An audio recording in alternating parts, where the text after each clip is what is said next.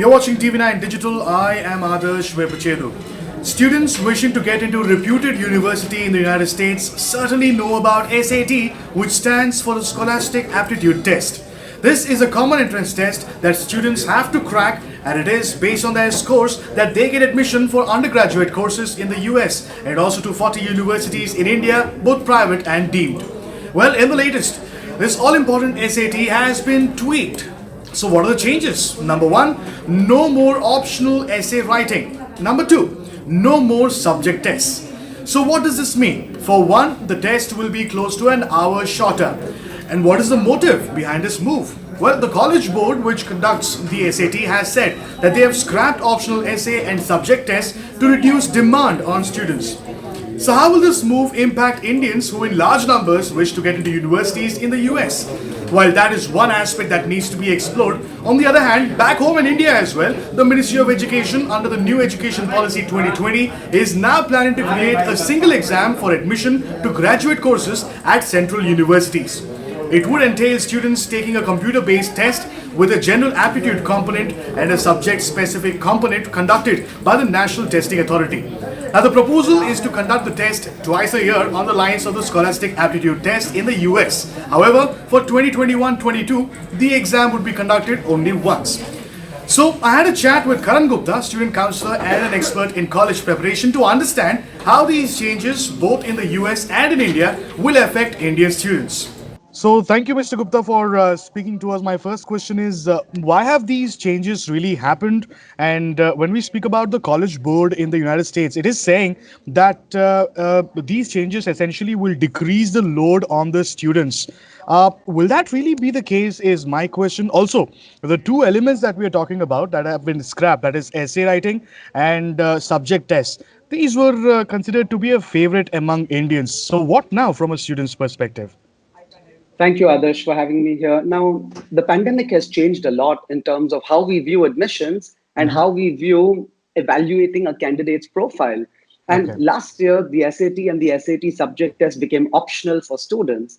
And eventually, the university has realized that having these tests makes no difference in the application process. There are better ways to judge a student. That could just be through interviews, it could be through the essays that students write, it could even be through extracurricular activities that a student has. So Okay. they realize that these tests are not an accurate predictor of how the student is going to perform in college. And College Board eventually realized that the SAT subject tests are redundant and students are not taking them anymore. And that was the main reason why they decided to cancel them forever. Now, they've not cancelled it in the sense they have cancelled the test, but they've replaced it with something even more competitive, which are the AP exams. So to say that they are reducing the burden on students, I'm not sure that's necessarily correct, because now students will not take the SAT subject test, but they're going to take the AP exams. Until now, the AP exams were optional, weren't they? Absolutely. APs So were there could be a optional. chance that they'd be made mandatory given the fact that you've scrapped essay writing and subject tests in the SAT. It's a very high possibility when a student is applying to top universities. So if you're Okay. applying to a Harvard or a Stanford or a Cornell or a Columbia or the world's best universities, just the SAT is not going to be enough. You would have to take the AP exams, especially if you're in a local board such as the CBSE, ISC, or the HSC board. Okay. Mr. Gupta, while these changes may from the outset sound a little hard on Indian students, can we really say that they are for the greater good in the sense that, it'll eventually let in a better crop of students into universities? Can we say that? See, the thing is that, Adarsh, at the end of the day, we have students with different types of academic caliber, different types of rigor. Now, I would not say that a student who's not done well academically is not a good student, because that student may have other strengths, such as Right. a great sportsman, or of somebody who debates well, or someone who's great at the fine arts. Academics is never the only way to judge a student. And what these tests essentially are doing is they're filtering out students who are not good academically. So I think in the long run, abolishing one of the tests is fine. Probably abolishing the SAT is even a better idea. But to judge a student, we have to look holistically, not just academics, not just extracurricular activities, but what else does a student have to offer? Why do they want to study further? And you can get this information when you interview candidates. Okay, but on those lines, don't we need something of that sort right here in India as well? I'm given to understand that we have something being worked upon at this point in time, a very similar test what we have going on in the United States. So, do you feel that it is really the need of the hour, and how do you think it will pan out? So you do know about the national education policy, which was Correct. brought in last year, but due to the pandemic, we've not been able to implement the policy. Now, the national education policy is a great shift in the way which we are viewing education.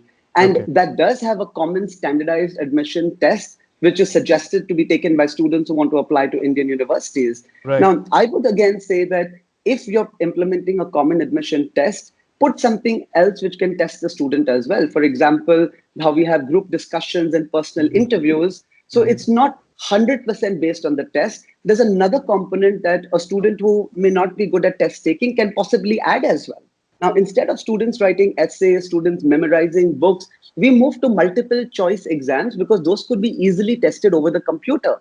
So Okay. students had to move from recall to recognition because But again, recall. MCQs, multiple choice questions, sort of a lottery, I somehow feel sometimes.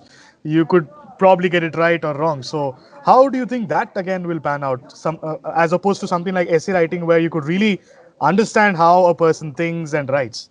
Right. So again, see, the key here is Adarsh, the balance. So I agree with what you're saying. We're talking about recall, which is essay writing, and recognition, which is multiple choice. Yeah. Many studies have shown that majority of students prefer recall, which is multiple choice. So let's give them both. Let's move the exam testing pattern to a certain percentage of multiple choice and one essay question. So a student who's not good at MCQ testing can still write essays. So Okay. we could play with that kind of testing, and we did do that for during the pandemic. So the pandemic did teach us to be flexible in teaching and flexible in exam taking. I think that's a great lesson. So I was right when I said it is indeed a wake up call. The It is a pandemic. wake up call. All right, all right. So it's happened for the good, blessing in disguise, at least in the education sector. But many thanks, Mr. Gupta, for joining us and for sharing with us your valuable insights. One only hopes that this really is the beginning of a lot of changes that the education system will see in the near future. Many thanks once again, sir. Thank you so much. Bye bye. Bye, sir.